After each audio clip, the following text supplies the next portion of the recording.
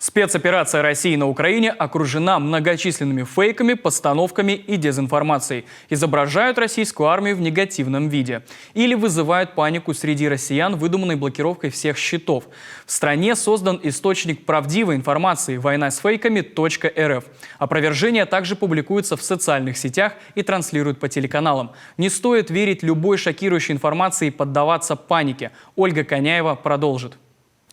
Информационное пространство кишит многочисленными фейками о российской военной спецоперации на Украине. Создатели фейков используют в первую очередь откровенную ложь. Как, например, о том, что якобы российские диверсионные группы занимаются мародерством на территории Украины, как говорит за кадром автор этого ролика. Или другой пример. Российские ракеты якобы атакуют жилые районы. Вот взрыв в центре Харькова.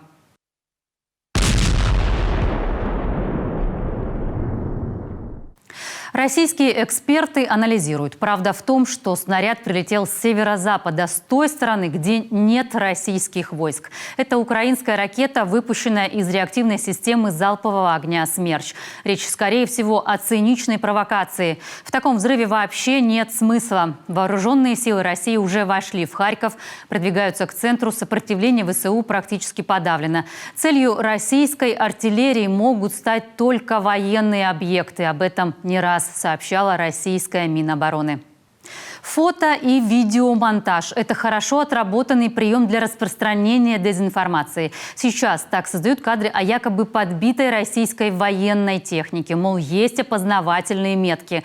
Однако выясняется, что на самом деле это видео 2014 или 2015 года. Как в этом ролике. На них при помощи технологии видеомонтажа накладываются наши современные российские тактические знаки Z и V.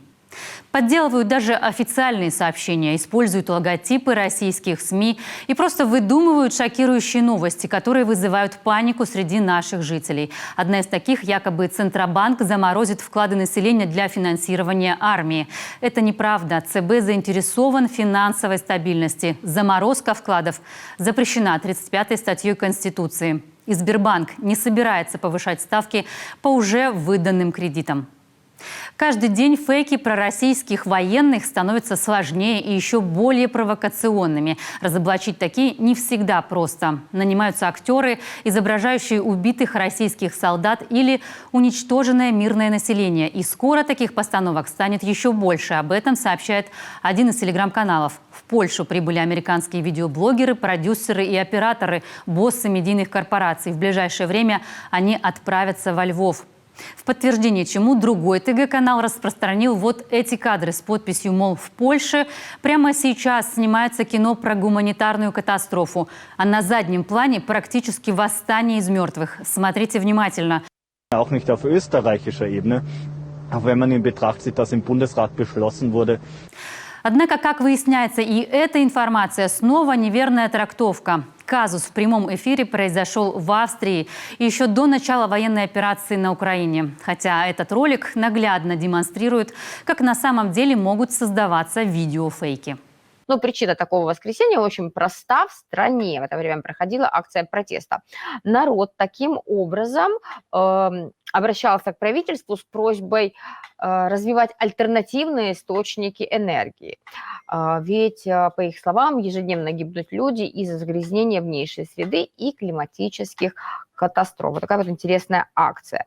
Мошенники пытаются заработать. В ТикТок публикуют якобы трансляции мирных жителей с места боевых действий. В прямом эфире под воздушную тревогу человек с паническими возгласами. На самом деле злоумышленники находятся за пределами Украины и привлекают пожертвования зрителей. Люди под эмоциональным давлением отправляют средства якобы в помощь украинцам. Об этом пишут и иностранные издания. Информационные войны добрались уже и до нас. Житель республики Коми отправил одному из популярных телеграм-каналов такую информацию. Якобы его супруга собиралась выехать из Ижемского района в Сыктывкар. Но продавать билет в ЖД-кассе ей отказали. Мол, поезда отменили, чтобы пропускать составы с беженцами в направлении Воркуты.